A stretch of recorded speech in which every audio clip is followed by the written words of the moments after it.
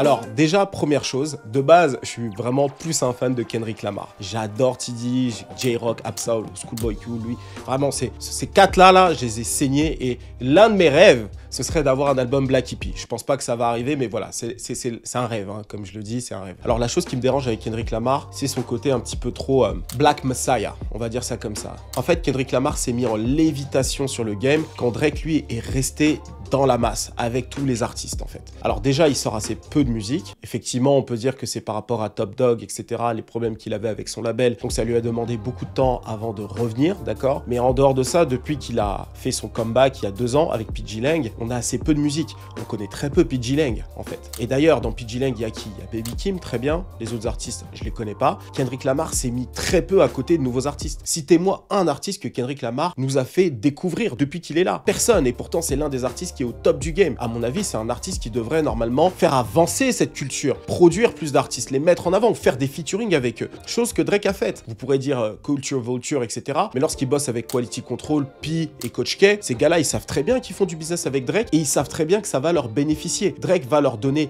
l'exposition et l'exposition pas que de leurs gros artistes, des artistes en développement. City Girls, Lil Baby, quand il venait à peine de péter, tous ces artistes-là, Drake va collaborer avec eux. Lil Yachty, il collabore aussi avec lui. Ok, il lui apporte quelque chose, etc. Mais Lil Yachty n'a jamais eu autant de succès qu'avec Drake, d'accord? Et je te passe des autres artistes. Tous les nouveaux artistes qui pètent un petit peu savent que Drake va les contacter à un moment donné. Alors bien sûr, lui, il va bénéficier de ça parce qu'il va bénéficier de la fraîcheur de l'artiste, du côté cool, etc. Mais derrière, il leur donne un hit. Parce qu'en plus de ça, les deux vont bosser ensemble sur un morceau. Et ça, je trouve ça intéressant que l'artiste le plus big du game fasse ce truc-là, d'aller collaborer avec les jeunes artistes pour faire de nouveaux hits. Alors, Kendrick Lamar va faire un album qui est véritablement un chef-d'œuvre. Boum, il va te faire Dame, il va te faire Two People Butterfly, etc. Mais il va assez peu collaborer avec de nouveaux artistes. Et si tous les artistes au top du game aux US étaient comme ça, croyez-moi que la culture serait beaucoup moins populaire. Il faut savoir que Drake a aussi une popularité internationale beaucoup plus grande que Kendrick Lamar. Vraiment, en termes de chiffres, c'est une dinguerie. Et justement, ça ne l'empêche pas